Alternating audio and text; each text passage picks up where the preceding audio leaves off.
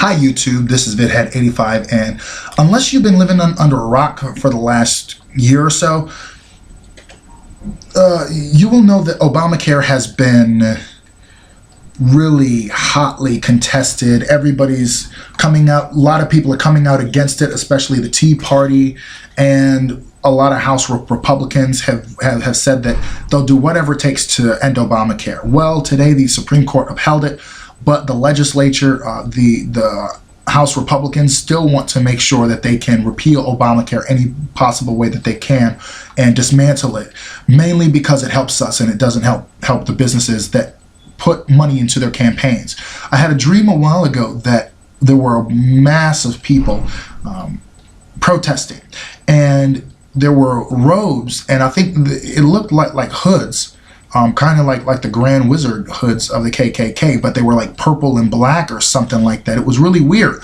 But what ended up happening was the only thing that came to mind was the Supreme Court, and it really disturbed me because not that long ago, prior to having that dream, I heard that the Supreme Court had agreed to hear the Obamacare case. This is a really joyous day for me, but it's also a cautious one because 2012, we have to. There is no ifs, ands, or buts. In November, we have to re-elect Obama, President Obama, and we have to make sure that we flip that House Democrat, and we make sure that we keep the Senate Democrat. If we do not, now one thing is, the Senate has to vote on judicial candidates, and Republicans have been filibustering left and right, or even threatening to filibuster left and right because President Obama's appointees are, quote, too liberal, or they're too pro-gay, or too this or too that. In other words, they're not like me. So there you go. Let's toss them out. So we have to come back in 2014. We have to come back in 2016 to re-elect a new Senate. We have to do all of that. We have to, or actually, I believe the Senate won't be up for a vote until 2016. So we really have to get ourselves out there. We have to mobilize. We have to make sure that the minority voters know when to vote. It's always the first Tuesday of November. This month it'll fall on, this year it will fall on November, I believe, 5th or 6th. But either way, we have to come back every 2 years to vote for the House and make sure that the House is not Republican, the kind of Republicans that we have now that are nothing but obstructionists. They have not put forth any bills on jobs, and if they have, I would like to know what the title of those bills are. I would like to know exactly what those bills do, and I want to research that because most of the bills that they've put forth have been anti-gay, anti-abortion, or anti-choice, and have been anti-anything that the people need. So, but it has, in fact, they have in fact put forth pro-oil, pro-big business, all these tax cuts for all these big businesses, that if we put them into schools and if we put them into healthcare, we would definitely see a difference. So we have to come back and vote to make sure that not only do we have this victory, but we need to protect this victory. Obamacare stands today.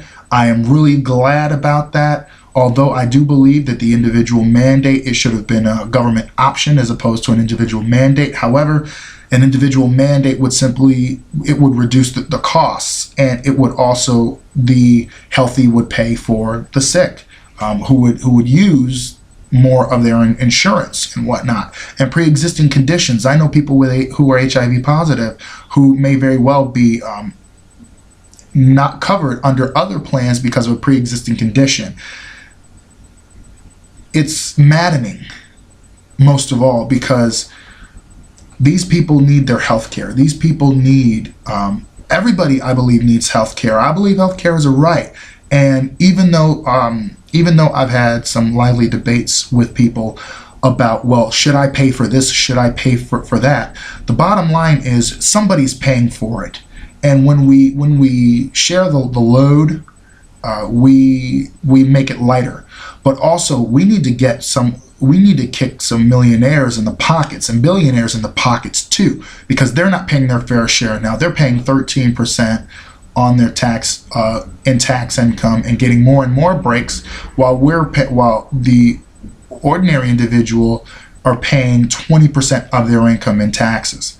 There's another point too, that if we get rid of some of the Congress, we should make it illegal for Congress to vote to raise their pay.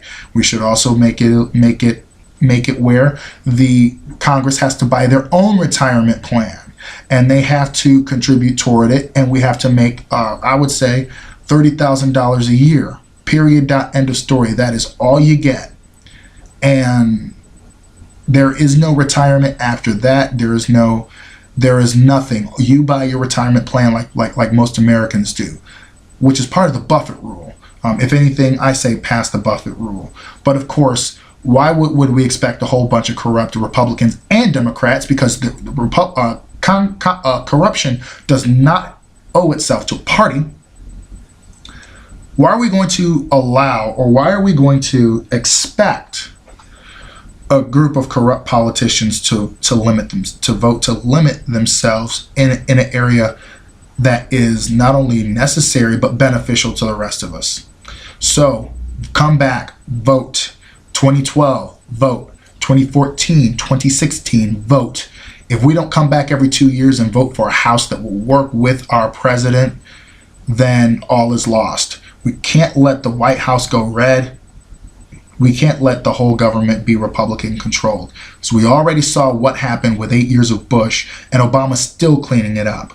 Bush wiped out a surplus that was left over from Clinton, and he did everything he possibly could to put us in this situation. And now people are blaming President Obama for actually fixing it as best as he could.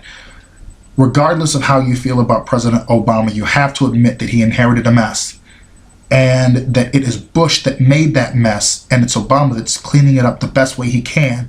But he has such an obstructionist House where nothing seems to be getting done.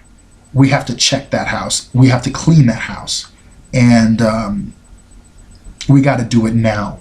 Register to vote. If you can't vote, get somebody else who is eligible to vote. Educate them about why it is important that we get President Obama reelected. We have a lot of work to do. It will not get clean in one term, and President Obama said that in his inauguration speech.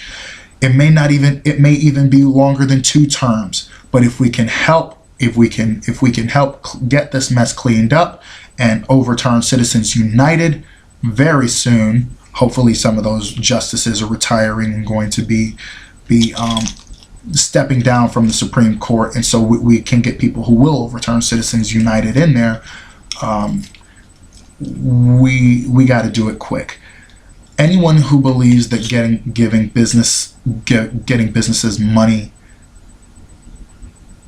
will help them get a job, I think is plain stupid.